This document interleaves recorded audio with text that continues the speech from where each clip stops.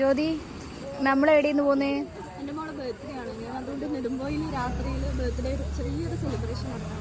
Okay, നമുക്ക് അങ്ങോട്ടേക്ക് പോവാം അല്ലേ? അങ്ങ് നോക്കി ഹായ് പറഞ്ഞ കൈ കാണുന്നില്ല.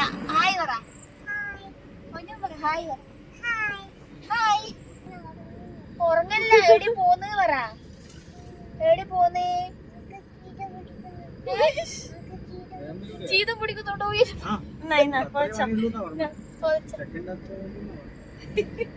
എടി പോന്നേ നമ്മള്? എടിയോ പോന്നെയാ? നോക്ക് അറിയില്ല എടിയോ പോന്നെന്ന് അറിയില്ല. അങ്ങനെ ഗായ്സ്, നമ്മൾ ഒരു 12:30 ആയപ്പോൾ ബർത്ത്ഡേ ആഘോഷിക്കാൻ ഇറങ്ങി. ആദ്യം തന്നെ നമ്മൾ വെച്ച് പിടിച്ചത് ഒരു ചായ കുടിക്കാനാണ്. നെടുമ്പോയിൽ ടൗണിലെ പോയി ഓരോ ചായയൊക്കെ കുടിച്ചു. കുഞ്ഞിപ്പെണ്ണ് ഭയങ്കര ഹാപ്പിയാണ് ഗൈസ്. വേറെ ഒന്നല്ല, അവളെ കുഞ്ഞേച്ചി അവളെപ്പുറം ഉള്ളത് കൊണ്ടാണ് ഭയങ്കര ഹാപ്പി ആയിട്ടിരിക്കുന്നത് അവള്. അങ്ങനെ നമ്മൾ ഓരോ ചായയൊക്കെ കുടിച്ചു.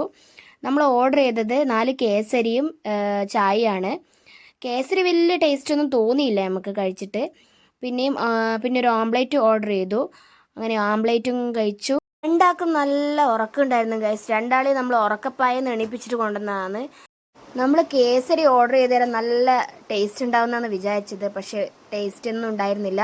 ചൂടോടെ കഴിക്കുമ്പോഴല്ലേ അതിൻ്റെതായ ഒരു ടേസ്റ്റ് ഉണ്ടാവുക ഗൈസ്. എനിക്ക് തോന്നുന്നു ഹെവി ആയിട്ട് ഫുഡ് കഴിച്ചുകൊണ്ടായിരിക്കാം നമുക്ക് എന്താ പറയുക അത് കഴിക്കാൻ തോന്നാതിരുന്നത്. എന്തായാലും ആംപ്ലേറ്റ് അടിപൊളിയായിരുന്നു ഗൈസ്. നല്ല ചൂടോടുള്ള ആംപ്ലേറ്റ് ആയതുകൊണ്ട് നല്ല അടിപൊളിയായിട്ടുള്ള ആംപ്ലേറ്റ് ആയിരുന്നു ഗൈസ്. അങ്ങനെ നമ്മൾ പള്ളിയിലെത്തി. പള്ളിയിൽ നിന്നാണ് കേക്ക് മുറിക്കുന്നത്. ചെറിയൊരു കേക്ക് വാങ്ങിയിട്ട് അത് മുറിച്ചിട്ട് ആഘോഷിക്കാനായിരുന്നു നമ്മളെ പ്ലാന്. Happy birthday അംബുജേ.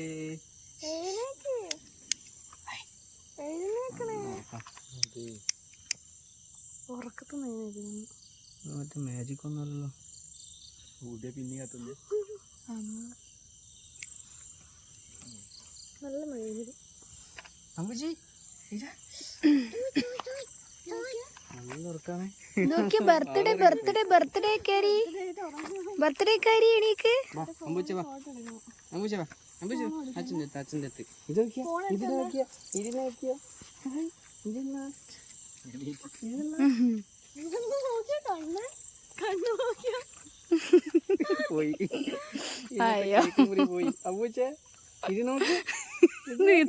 നിന്നോണ്ട് ഉറങ്ങുന്നു. കടേ പിടിക്കടാ, കുട്ടി ഉറങ്ങി വീഴുന്ന. കേക്ക് മുക്കുന്നില്ലേ? Happy birthday to you. Ambu അമ്പു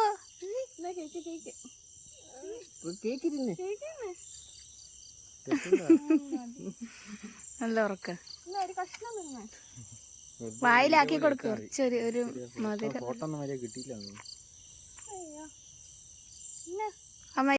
അങ്ങനെ ഗൈസ്, നമ്മൾ ഈവനിങ്ങിലായിരുന്നു സെലിബ്രേഷൻ വെച്ചത്.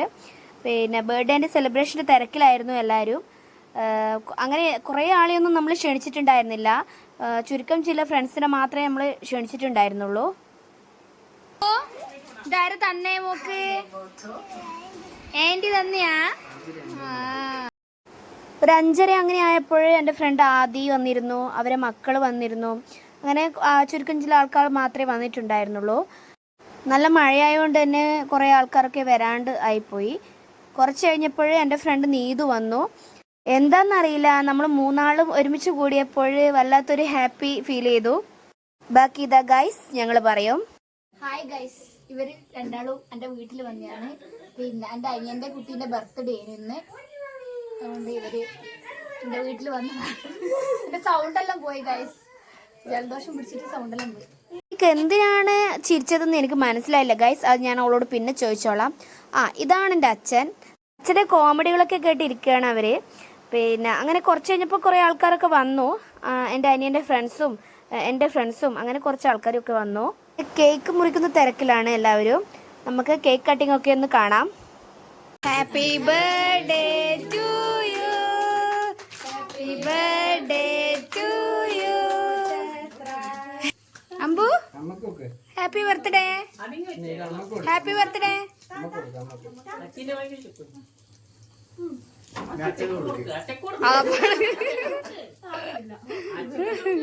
അച്ഛനെടുത്ത് കൊടുക്ക്.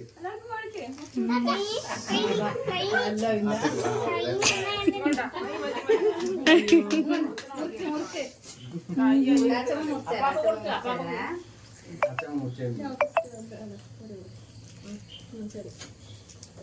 ശരിയെന്നോ?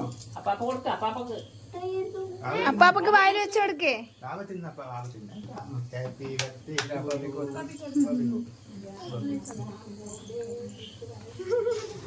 ഇരിക്കട്ടെ.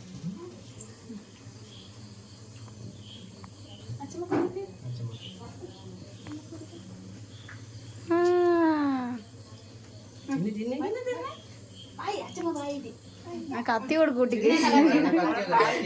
നന്ദി മാത്രമേ ഉള്ളൂ അല്ലേ.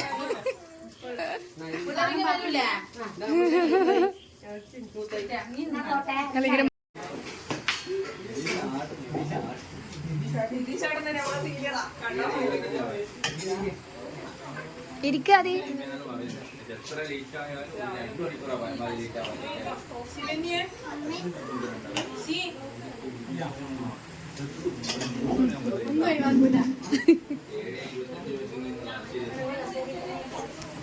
ഇഞ്ഞൊരു